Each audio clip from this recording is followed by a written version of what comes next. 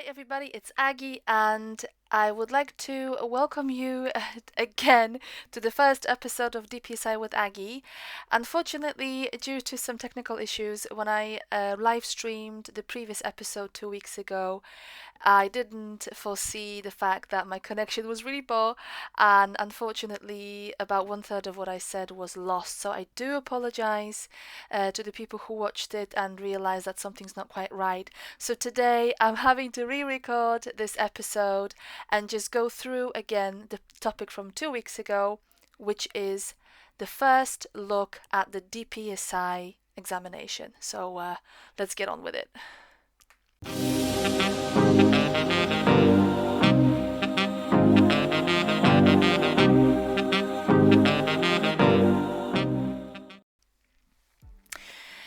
So this information was taken from a document that I downloaded from the Chartered Institute of Linguists website. The document was valid as of May 2022, and you can download it and you can find it there. But just to give you a really quick whistle stop about on the topic of DPSI, we're going to go through some points I chose to discuss today.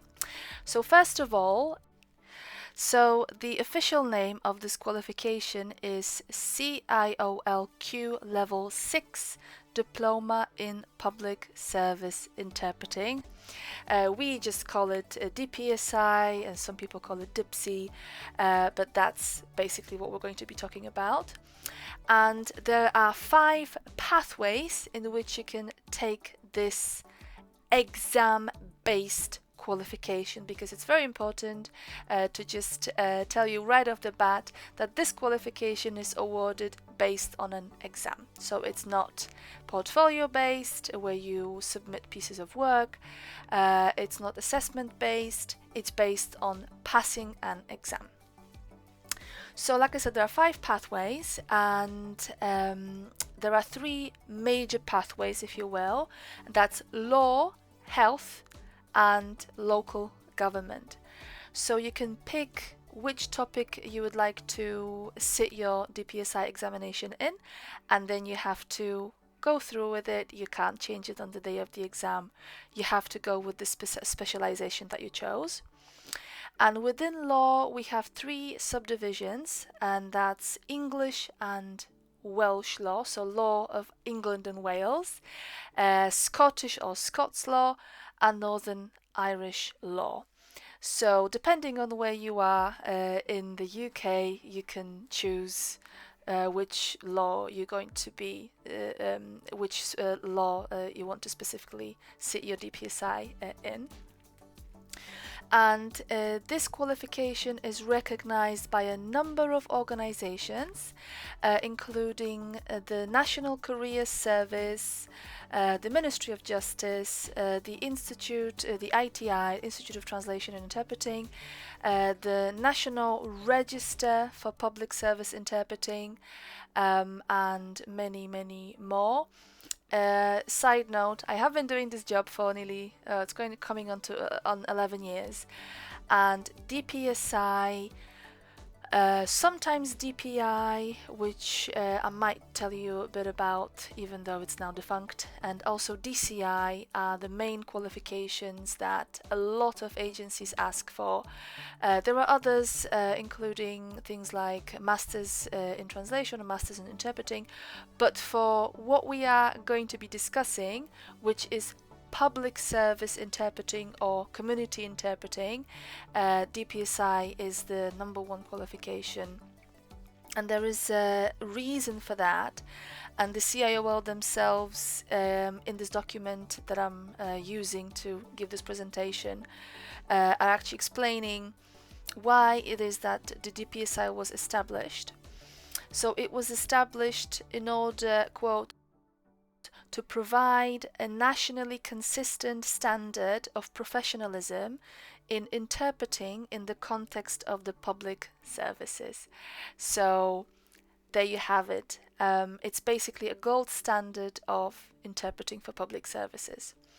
It was established in 1989, and it is registered, it's recognized by the Office of Qualifications and Examinations Regulation, in short Ofqual, and the Council for Curriculum, Examinations and Assessment, the so-called CCEA, and also the Qualification Wales.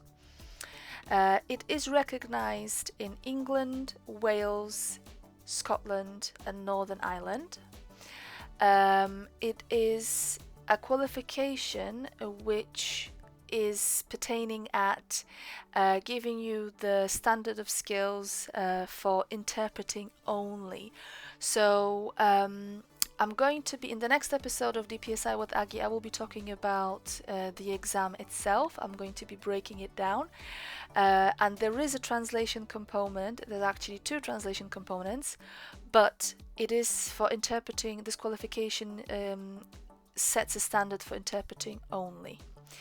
Like I mentioned, it's a level 6, and if you're interested in equivalencies, it is equivalent to a degree apprenticeship, an ordinary degree with honours, a graduate certificate, a graduate diploma, CEFR language proficiency C1 level. I will be basically putting links to this to some of the information that I'm mentioning, so don't worry about making notes. You will get the key information if you need to read a bit more. This diploma gives you, like I said, a recognition of your standing as an interpreter. It is used widely in the public services, which encompass a great deal of organizations and settings. So many of you might be interested in DPSI because you want to be on the PAIT list for the police and interpreting and court interpreting. Or you might want to become a registrant, not a member, of the National Register of Public Service Interpreters, and you basically might want to have that extra recognition of your skills. This is exactly what the DPSI is for. And also it's very important to remember, like I've mentioned, that it's an exam-based qualification, but in order to obtain this qualification, in order to be able to put the letters DPSI under your name, you have to pass 5 mandatory core units, and you can do that in any order. This is called so-called rule of combination, I think. You, from the moment when you start taking the exams, you have 3 years to complete it. So if you are not so successful on your first attempt, you have 3 more years to start passing the units that you were not so successful the first time. And the document by the CIOL recommends that you should spend 440 hours of study, and the study can have different shapes. Now, back in the day when the dinosaurs roamed the earth, I studied English, and I studied it. I don't think there's a proper word for that in English language. I think it's just a bit different system. The system is a bit different. But I was basically studying it full time. I didn't really have much time for life or work or anything of the sort. So that was university-based study. I was attending classes, I was attending lectures, etc. But the huge benefit of this exam-based qualification, this exam-based diploma, is that you don't actually have to attend. Oh, let me put it that way. You don't have to learn at a college if there isn't one near you. I enrolled on a course which was not great, and I basically spent a lot of time studying myself. But I'm going to be telling you about how I studied and how I prepared later on in the series. But learning for your DPSI can take many shapes. So it could be independent study, It could be a face-to-face type of a course, or some lectures, or some booster sessions, or some focus groups, focus practice groups. It could be blended learning. It could be a mixture of the so-called face-to-face learning, or the so-called e-learning, which is electronic learning, where you can do at your own leisure. But they recommend that you spend 440 hours on study. And I've mentioned that this qualification is recognized, and it's recognized in the regulated qualifications framework, the so-called RQF. I've told you about the equivalencies. Now, before you consider sitting a DPSI, I will be very, very honest and open with you. It's not an easy exam, and it's not an easy qualification to obtain, and for good reason, because the responsibility and the duty that rests upon the shoulders of us public service interpreters is indeed huge. And in order to pass this exam, you will have to have considerable skills. In fact, before you even consider sitting the exam, you will need the following. This is recommended again by the CIOL. They recommend that you obtain an honours degree in your target language. You will be interpreting between English and other language. I think there are about 29 languages that the DPSI is organized in. But you basically have to have, they recommend that you have this degree, and they also recommend that you have a relevant cultural background.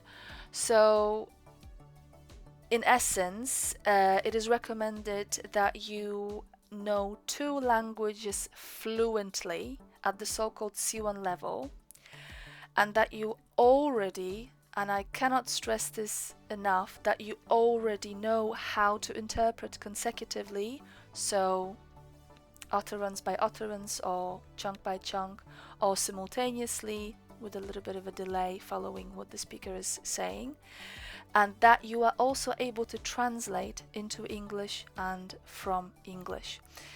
It's extremely important, because when I realized the scope of the DPSI examination in law, I sat mine in law, I was really grateful to myself that I didn't just jump into it without having certain types of knowledge and skills already. So before I sat my examination, I knew, although my knowledge wasn't fresh, I knew how to interpret simultaneously and consecutively with and without notes, and I also knew how to translate from and into English. So I already had those skills, and I don't want to discourage you, and I don't want to sound cruel, but your period of prep for DPSI cannot be a period of learning how to interpret or learning how to translate, because those skills you already should have. You should already possess those skills. As of now, the DPSI is an online-only qualification. This is a huge change from where I sat it 8 years ago. It's going on to 8 years ago in 2015. You can either sit the exam at the CIOL's approved exam venue, and you have to be in the United Kingdom, or you can sit it at a virtual center. There are also certain considerations when it comes to materials. You are allowed materials to support you during your exam. For example, hard copy materials such as dictionaries. You are not allowed any textbooks. So, for example, something like this, or something like this. Might be a bit too late for that anyway, because you already have to consecutively interpret consecutively. Sorry. So, dictionaries, for example, like I don't know, like this one. This you are allowed. Also, you can have glossaries with you, only published glossaries. Your own glossaries will be examined just to make sure that they're not modern glossaries. And you are also allowed other references for languages which are poor in dictionaries. You're allowed bilingual or monolingual materials for that. You're not allowed any course materials, for example, notes from your focus groups, from your classes. You are allowed encyclopedias. So this is basically, oh sorry, I almost forgot. There are about 29 languages that you can sit your DPSI in, including Arabic, Modern Standard Arabic, Portuguese, 2 types of Portuguese, Spanish, French, German, Hungarian, Polish, Russian. Quite a number of languages. You can actually find them on the Chartered Institute of Linguists website.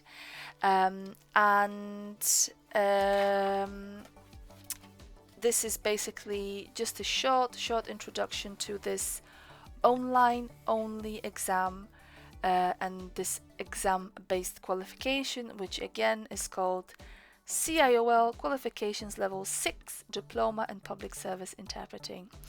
So thank you so much for watching. I apologize for the technical issues. I thank you for your patience, and I will see you next week with another episode of DPSI with Aggie, and I'm going to be talking a little bit more about the exam itself. So thank you again, have a great week, and I'll see you next week. Bye bye.